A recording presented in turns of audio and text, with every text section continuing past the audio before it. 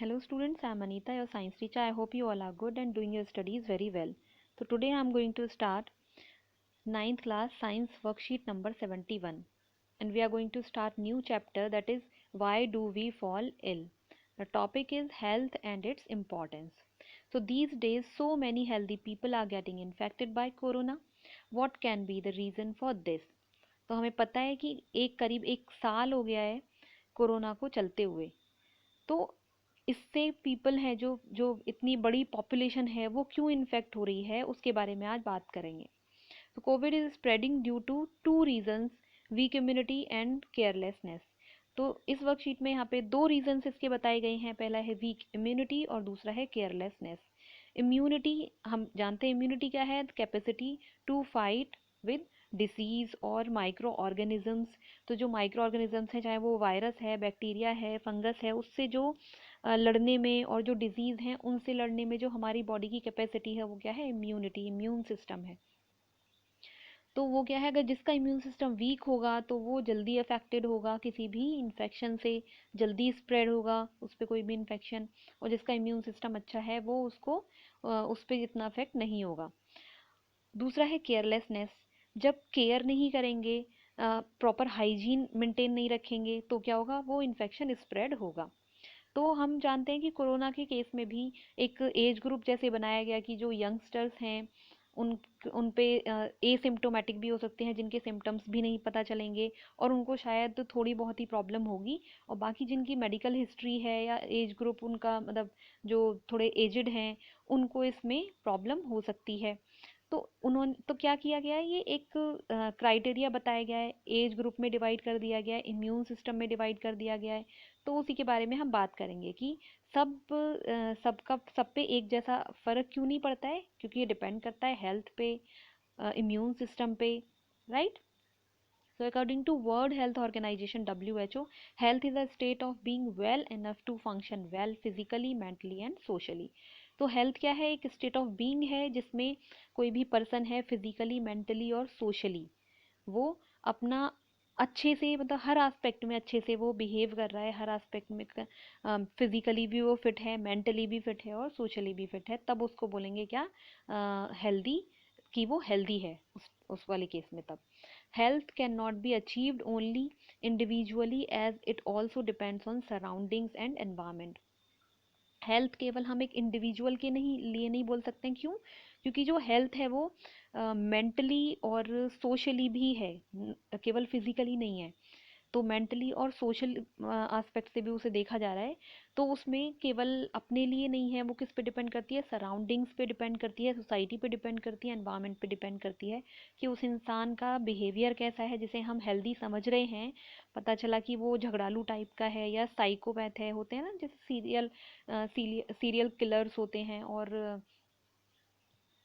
Criminals होते हैं, rapist होते हैं, जो कुछ ऐसे होते हैं कि जिनके पीछे कोई मोटिव होता है और कुछ ऐसे होते हैं जिनके पीछे कोई मोटिव होता ही नहीं है।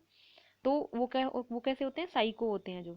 तो वो क्या है, हेल्थ हो सकता है कि वो फिजिकली वैसे फिट है, उन्हें कोई डिजीज नहीं है, लेकिन फिर भी क्या है, वो अनहेल्दी हैं। It is a social responsibility to maintain cleanliness and hygiene to prevent spreading of disease like corona. तो ये क्या है, ये हमारी सोशल रिस्पॉन्सिबिलिटी है कि हम मेंटेन करें क्लीनलीनेस को और हाइजीन को, जिससे कि कोरोना जैसी और भी जो बीमारियां हैं वो स्प्रेड ना कर सकें। जैसे कि इस टाइम पे कोरोना के भी इतने सारे जो चल रही हैं ना, जो प्रिकॉशंस हैं कि सैनिटाइज करो, हैंड वॉश करो और डिस्टेंस मेंटेन करके रखो, मास्क लगाओ। तो ये सब क्या है, ये एक तरीका है जिससे कि उसको स्प्रेड होने से रोका जा सकता है। तो ये सोशल रिस्पॉन्सिबिलिटी है, सबकी रिस्पॉन्सिबिलिटी बनती है। नाउ हेल्थ, यहाँ पे हेल्थ के तीनों एस्पेक्ट बताए हुए हैं, मेंटल, फिजिकल एंड सोशल। तो मेंटल फिटनेस हम एस्पेक्ट इसका देखें तो यह है, the person is not under any kind of psychological stress और टेंशन। जो पर्सन है वो साइकोलॉजिकली किसी स्ट्रेस में ना हो, टेंशन में, एंग्जाइटी उसमें ऐसा कुछ ना हो। वो मेंटली भी कैसा हो, एकदम फिट हो, हैप्पी हो, अपनी जो उसकी स्टेट ऑफ बीइंग है वो कैसी हो, बिल्कुल ठीक हो, मेंटली भी, साइकोलॉजिकल उसे कोई प्रॉब्लम ना हो, तो भी क्या है, तो वो भी क्या है, हेल्थ में ही कंसीडर होता है। दूसरा इसका एस्पेक्ट है फिजिकल, जिसे कि हम सब मानते ही हैं। The person is active and disease free, कि पर्सन क्या है, एक्टिव है, अपने काम अच्छे से कर रहा है, जो भी उसके रूटीन वर्क हैं, और डिसीज फ्री है, उसे कोई डिजीज नहीं है। थर्ड एस्पेक्ट है social fitness, the person is able to communicate and socialise well to fulfil his requirements, कि जो पर्सन है वो जो सोसाइटी में लोग हैं और फैमिली में लोग हैं, आसपास फ्रेंड सर्कल है उसका, उसमें बहुत अच्छे से कम्युनिकेट कर रहे हैं आपस में, लड़ाई झगड़ा नहीं कर रहा है, जो भी उसकी रिक्वायरमेंट है उनको बहुत अच्छे से फुलफिल कर रहे हैं। तो ये क्या है, हेल्थ के तीनों एस्पेक्ट हैं। तो जनरली जो हम मानते हैं वो कौन सा है, फिजिकल फिटनेस वाला है, लेकिन हेल्थ में कंसीडर होते हैं मेंटल फिटनेस भी और सोशल फिटनेस भी। तो ऐसे इंसान होते हैं ना जो कि जिम जा रहे हैं, उन्होंने अपनी मस्कुलर बॉडी बनाई हुई है, बहुत फिट हैं वो, हम उनको देखते हैं कि सही है, इसकी तो मस्कुलर बॉडी है, फिटनेस इतनी सही है, रनिंग पे भी जाता है, और डाइट इतनी अच्छी है। लेकिन जब हम नेचर पे आते हैं तो वो बहुत इरिटेटिंग नेचर का है।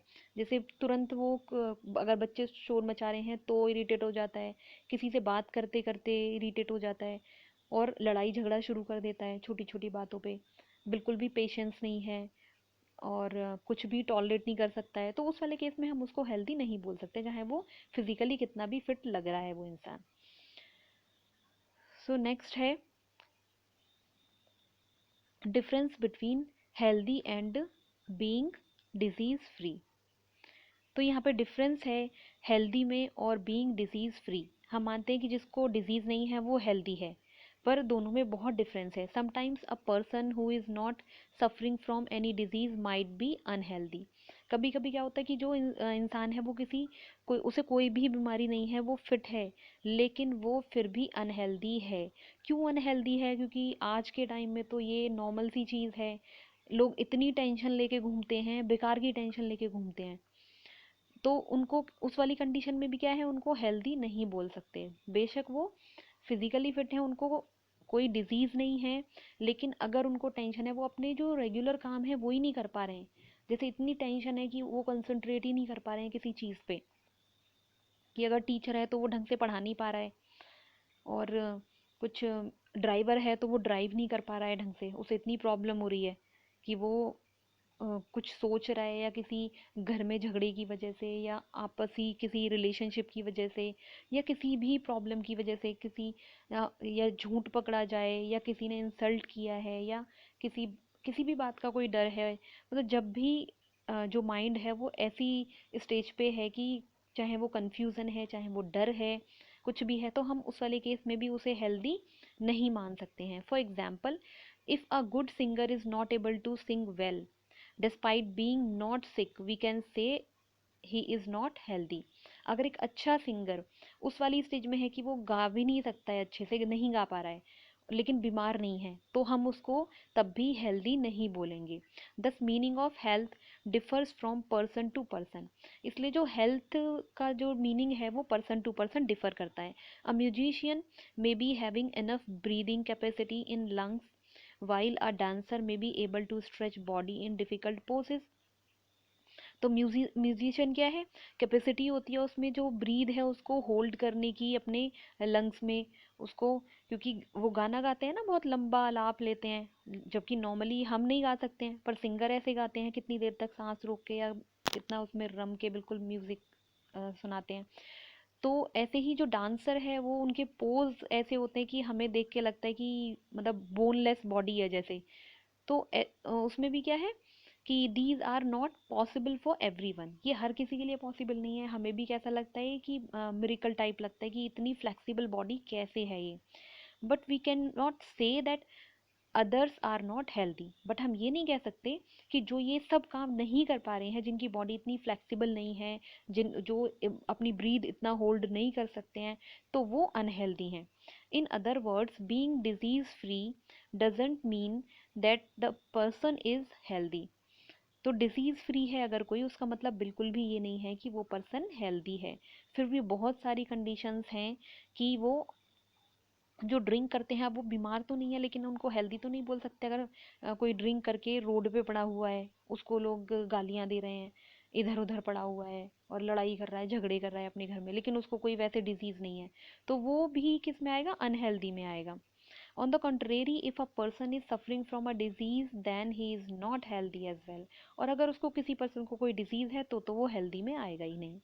ठीक है, तो अगर जिसको कोई डिजीज नहीं भी है तो वो भी अनहेल्दी हो सकता है। ऐसा नहीं है कि जिसको डिजीज नहीं है तो वो हेल्दी होगा। जैसे हम सोच लेते हैं ना कितनी बार कि जैसे हमें तो कोई प्रॉब्लम है, लेकिन जो सामने वाले बंदे को हम देख रहे हैं कि इसे तो कोई प्रॉब्लम ही नहीं है, कोई डिजीज नहीं है, तो ये एकदम फिट है, हेल्दी है। पर ऐसा नहीं है। ये डिपेंड करता है कि उसके वो सोशली कैसा है, उसके आपस में रिलेशंस कैसे हैं, फ्रेंड के साथ, अपने कॉलीग्स के साथ। तो और वो वैसे जो माइंड है उसका वो कैसा है, पेशेंस है कि नहीं है उसमें, ऐसा तो नहीं है कि झगड़ालू टाइप का है, गुस्सैल टाइप का है। तो ये सारी चीज़ें हेल्थ में कंसीडर होती हैं।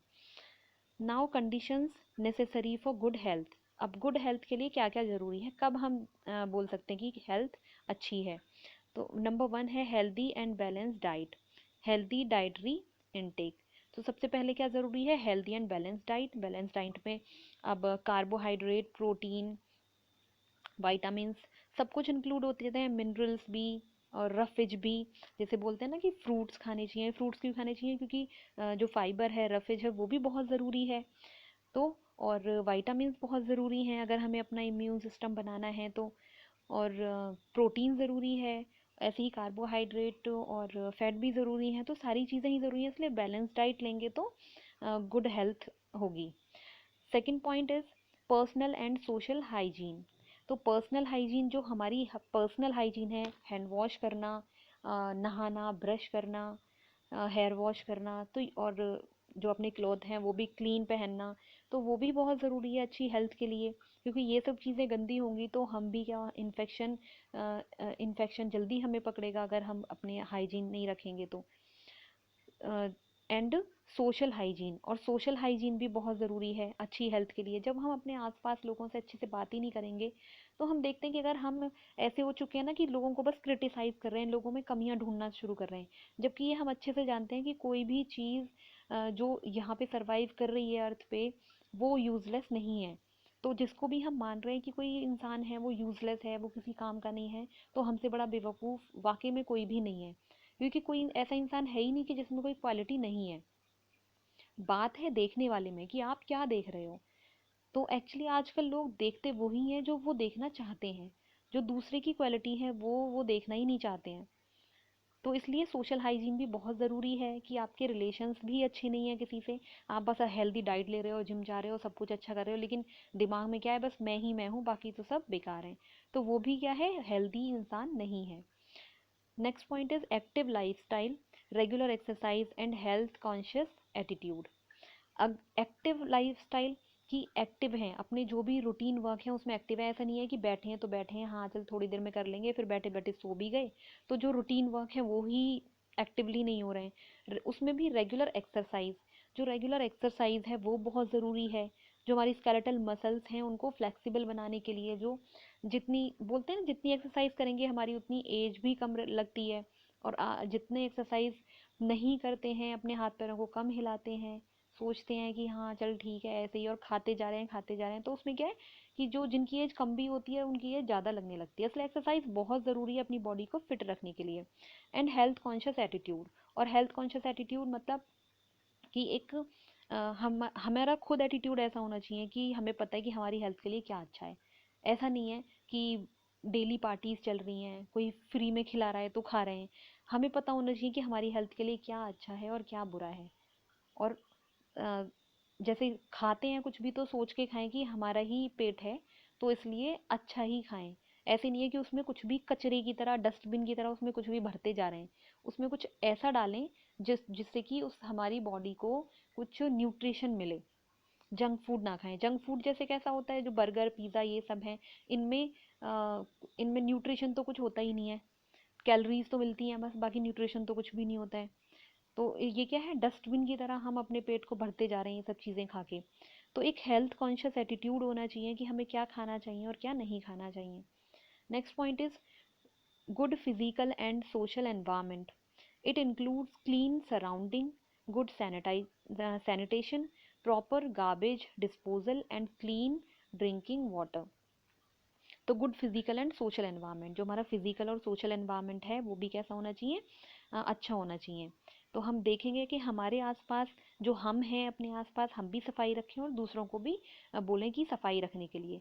प्रॉपर सैनिटेशन होना चाहिए, सॉरी प्रॉपर गार्बेज डिस्पोजल। ऐसा नहीं है कि जो कूड़ा है कचरा है हम कहीं भी फेंक रहे हैं, उसका प्रॉपर डिस्पोजल होना चाहिए। एंड क्लीन ड्रिंकिंग वाटर, और जो पीने वाला पानी है उसे हम साफ पानी पिएं, क्योंकि अगर हम गंदा पानी पिएंगे तो उसके थ्रू फिर कोई ना कोई बैक्टीरियल इन्फेक्शन हमें हो सकता है। तो इसलिए पानी भी हमें कैसा पीना है, साफ पानी पीना है। Next point is good economic conditions for provision of good food. तो अगर हमें अच्छा खाना खाना है तो हमारी इकोनॉमिक कंडीशंस भी अच्छी होनी चाहिए। जब हमारे पास कुछ पैसे होंगे तभी हम अच्छा खाना भी खा पाएंगे, तभी हम पानी अच्छा पी पाएंगे और खाना भी फ्रेश खा पाएंगे। अगर पैसे ही नहीं होंगे तो हम वो भी अच्छे से नहीं कर पाएंगे। तो इसलिए गुड हेल्थ के लिए ये भी एक कंडीशन है कि हमारे पास इतना ऐसा नहीं है कि बहुत पैसे चाहिए कि हमें काजू बादाम और यही सब चीज़ें खानी हैं, महंगी महंगी सब चीज़ें। तो इनफैक्ट ज़्यादा जो आजकल जो ज़्यादा महंगा जो पड़ जाता है वो pizza, burger, cold drink, chips, tikki, ये सब चीज़ें हैं जो ये सब खा रहे हैं, उसके लिए भी ज़्यादा पैसे चाहिए होते हैं। जो लोग क्योंकि बाहर जा रहे हैं तो कुछ शॉपिंग भी करेंगे, खर्चा भी होगा, कन्वेंस का भी चाहिए और बाहर खा के भी आ रहे हैं, तो उसके लिए भी ज़्यादा खर्चा होता है। तो आई थिंक अगर गुड फूड खाना है तो हम एक सीमित बजट में भी खा सकते हैं।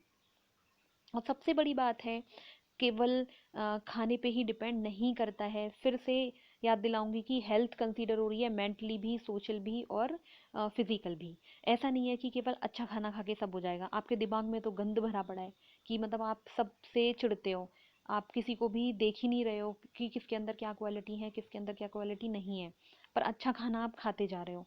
आप खुश नहीं हो किसी से भी, अपने घर वालों से भी खुश नहीं हो, किसी से भी खुश नहीं हो, तो उस वाली कंडीशन में भी आपकी हेल्थ अच्छी नहीं होगी। क्योंकि उसमें आप ही को जो गुस्सा करता है, जो नफरत करता है, जो किसी से भी जेलस है, वो सबसे पहले अपनी ही बॉडी को नुकसान करता है। तो उसमें वो पर्सन कभी कहीं से भी हेल्दी नहीं हो पाएगा, कितनी भी अच्छी डाइट ले ले। Now significance of health, health के क्या सिग्निफिकेंस हैं। Number one, it increases our working efficiency and help us to perform various activities at our best. तो जब अच्छी हेल्थ होगी तो हमारी जो वर्किंग एफिशिएंसी है वो भी बढ़ेगी। जब हम देखते हैं कि हम बीमार होते तो हम कुछ भी नहीं कर पाते हैं, और कितनी बार तो हम लोगों को देखते हैं कि क्या हम भी ऐसे ठीक ठाक हो पाएंगे जैसे ये इतना एक्टिवली वर्कआउट कर रहे हैं। तो क्या होता है, जब हम बीमार होते हैं तो हमारे अंदर उतनी एफिशिएंसी नहीं होती है, चाहे बीमार हैं या कोई भी टेंशन है। कितनी बार ऐसा होता है कि हमें कोई टेंशन है और हमें कुछ भी काम उस दिन हमारा नहीं होता है। तो हेल्थ में जब हम मेंटली भी देखें तो भी, सोशली भी, अगर हमारी किसी से लड़ाई हो रही है तो भी हम परेशान हो रहे हैं, उसमें भी हमारी जो एफिशिएंसी है किसी भी काम को करने की वो बहुत कम हो जाती है। और जब हम हेल्थ अच्छी होती है हमारी, हम ठीक ठाक होते हैं, कोई टेंशन नहीं होती है, तो क्या होता है, हमारी जो जितनी भी एक्टिविटीज़ हैं वो बहुत अच्छे से हो जाती हैं। Second point is it helps us to cope up with the social and mental pressure without much difficulty. तो अगर हेल्थ अच्छी है तो हम अच्छे से कोप अप कर सकते हैं, अच्छे से टैकल कर सकते हैं। जो सोशल प्रॉब्लम है या मेंटल इश्यूज हैं कुछ भी, हम उनको अच्छे से हैंडल कर सकते हैं, अपने ही नहीं दूसरों के भी कर सकते हैं। क्योंकि जब अगर हमें अपने इश्यूज को कंट्रोल करना आ गया तो ही हम दूसरों के, लेकिन लोगों को क्या होता है, अपनी तो संभल नहीं रही होती है, दूसरों को समझाने पहुंच जाते हैं, तो वहाँ अपनी प्रॉब्लम्स और बढ़ाना हो जाता है कि आप अभी खुद इतने एफिशिएंट नहीं हैं कि अपनी प्रॉब्लम से कोप अप कर सकें, लेकिन दूसरों की प्रॉब्लम्स सॉल्व करने के लिए हर कोई तैयार रहता है। तो पहले हमें कोशिश करनी चाहिए कि अपनी प्रॉब्लम्स को हम सॉल्व कर सकें। जैसे ही हम परेशान होते हैं, उसको 10 लोगों से कहने की जगह अगर हम सॉल्यूशन के बारे में सोचें, कि अपने ही दिमाग में एक क्वेश्चन उठाएं कि हाँ चलो ये प्रॉब्लम तो है, अब इसका सॉल्यूशन क्या हो सकता है, तो इतना स्ट्रेस हमें नहीं होगा। लेकिन उसकी जगह क्या करते हैं कि हम 4 लोगों से पहले वो डिस्कस करेंगे और फिर रिजल्ट कुछ नहीं आता, फिर भी हम उसको अब अकेले ही सॉर्ट आउट कर रहे होते हैं। Next point is it makes our life joyful. अगर हमारी हेल्थ अच्छी होगी तो हमारी जो लाइफ होगी वो भी कैसी होगी, जॉयफुल होगी। अगर हम परेशान होंगे, हेल्थ अच्छी नहीं होगी, तो हमारी लाइफ भी कैसी हो जाती है, बहुत ही बोरिंग सी हो जाती है। ये लगता है कि हम कब ठीक होंगे, ये हमारी ये प्रॉब्लम कब सॉल्व होगी। तो इसलिए जैसे बोलते हैं ना, हैप्पीनेस इज नॉट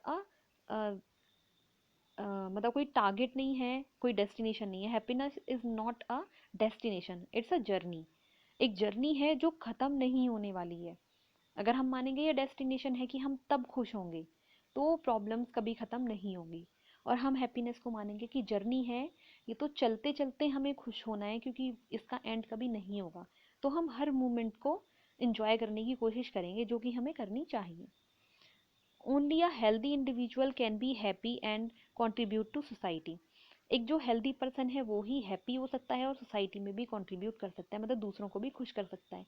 कहते हैं ना, जिसके हमारे पास जो होता है हम वही तो दे सकते हैं। अगर हम ही खुश नहीं है तो हम किसी को कैसे खुश रखेंगे।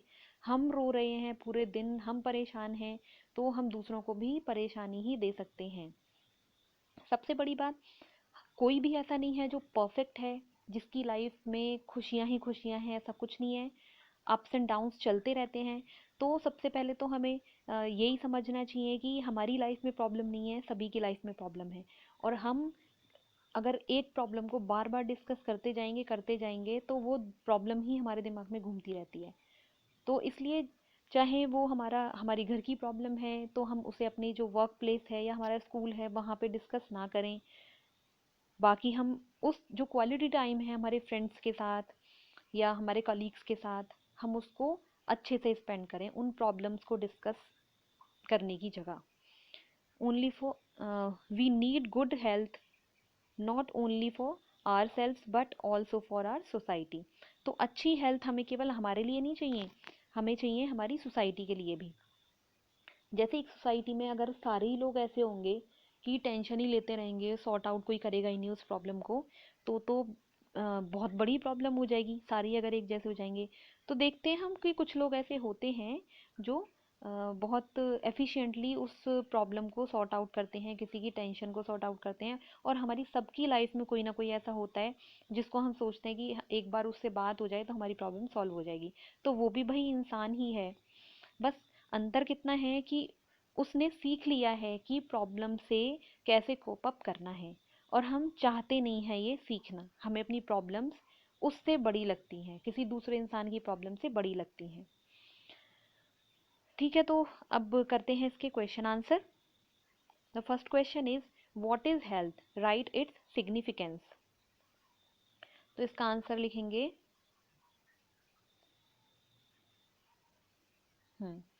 Health is a state of physical, social and mental well being. तो पहले व्हाट इज हेल्थ का लिखेंगे, health is a state of physical, social and mental well being. And second point is write its significance. So you can write the significance from here. You can write any two or three points from here, and you can write all the 3 points. Right, number one is it increases our working efficiency and help us to perform various activities at our best. Second point is it helps us to cope up with the social and mental pressure without much difficulty. Number three, it makes our life joyful. ये तीनों point इसमें लिख सकते हैं। और हिंदी वाले जो student हैं वो भी जो इसका आंसर है फर्स्ट वाले का ये है, सॉरी, स्वास्थ्य क्या है इसका महत्व लिखिए। तो स्वास्थ्य क्या है आप यहाँ से लिख सकते हैं, किसी व्यक्ति के शारीरिक, मानसिक तथा सामाजिक रूप से अच्छा होने की स्थिति को स्वास्थ्य कहते हैं। और यहाँ से इसके महत्व लिख सकते हैं ये तीनों। यह हमारी कार्य क्षमता को बढ़ाता है और हमें अपनी गतिविधि करने में मदद करता है। सेकंड पॉइंट इज यह हमें आसानी से सामाजिक और मानसिक दबाव का सामना करने में मदद करता है। थर्ड पॉइंट इज यह हमारे जीवन को आनंद में बनाता है, कि यहाँ तक आनंद में बनाता है तक। सेकंड क्वेश्चन इज रोग मुक्त होना स्वस्थ होने के से किस प्रकार अलग है, स्पष्ट करें। तो यहाँ इस वाले यहाँ पे लिख सकते हैं कि कभी कभी रोग मुक्त होने पर भी कोई व्यक्ति अस्वस्थ हो सकता है। इसके विपरीत एक रोगग्रस्त 1 मिनट इसके विपरीत एक रोगग्रस्त व्यक्ति अस्वस्थ भी हो सकता है। तो यहाँ आप ऐसे लिख सकते हैं, या फिर इसमें है how being disease free is different from being healthy explain. तो इसको ऐसे भी लिख सकते हैं, being healthy means we are physically mentally and socially good, while being disease free means we don't have any disease. Being healthy, स्वस्थ होने का मतलब क्या है कि हम शारीरिक रूप से, मानसिक रूप से और सामाजिक रूप से बेहतर हैं या अच्छे हैं। जबकि जो बीमारियों से मुक्त होने का मतलब क्या है कि हमें कोई बीमारी नहीं है। Sometimes we are disease free but not healthy, कभी कभी हम किसी बीमारी से मुक्त तो होते हैं लेकिन हम हेल्दी नहीं होते, स्वस्थ नहीं होते हैं। For example when we shout at children because of our anger और स्ट्रेस। हमने कितनी बार देखा है ना कि बच्चों, जब हम परेशान होते हैं तो हमें क्या लगता है बच्चे तो कुछ जवाब देंगे नहीं पलट के, तो जितना भी गुस्सा है बच्चों पे उतार दो। तो उस टाइम पे भी अगर हम ऐसा कर रहे हैं तो हम उस टाइम पे हेल्दी नहीं है। तो आप इसका आंसर ऐसे लिख सकते हैं, ठीक है। Being healthy means we are physically mentally and socially good, while being disease free means we don't have any disease. Sometimes we are disease free but not healthy. For example, when we shout at children because of our anger or stress, कि हम disease free हैं लेकिन हमें अपने गुस्से की वजह से हम बच्चों पर इतनी बुरी तरह चिल्ला देते हैं, तो उस टाइम पे हम कहते हैं अनहेल्दी हैं।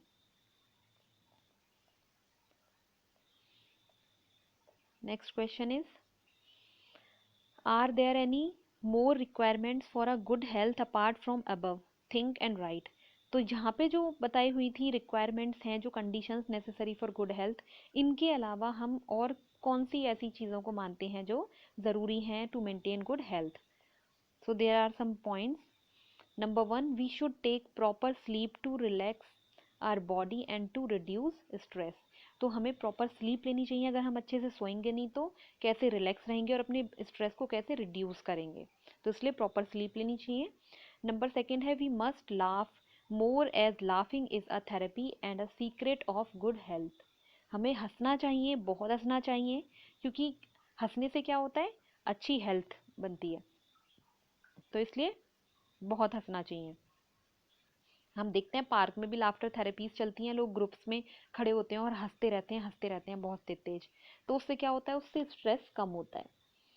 Third point is, we must drink plenty of water to keep our body hydrate. तो हमें पानी पीना है जितनी हमारे शरीर को ज़रूरत है, 5 से 6 ग्लास पीने हैं, 6 से 7 ग्लास पीने हैं। सबकी बॉडी का एक अलग अलग, बच्चों को कितना पीना है, बड़ों को कितना पीना है। तो हमें जो प्रॉपर वाटर है वो हमें इनटेक करना है अपनी बॉडी को हाइड्रेट रखने के लिए, इम्यून सिस्टम को बनाए रखने के लिए, right. So next question is, what do you mean by mental, social and emotional aspect of health. तो हम इन तीनों एस्पेक्ट को हम यहाँ से लिख सकते हैं, mental fitness, physical fitness and social fitness. Mental fitness में the person is not under any kind of psychological stress और टेंशन। फिजिकल फिटनेस में जो फिजिकल एस्पेक्ट है हेल्थ का, वो है the person is active and disease free. Social aspect क्या है, the person is able to communicate and socialise well to fulfil his requirements, right. So you can write from your answer from here. Now we have completed our worksheet. I hope you all understood the worksheet. Thank you for watching. Have a nice day.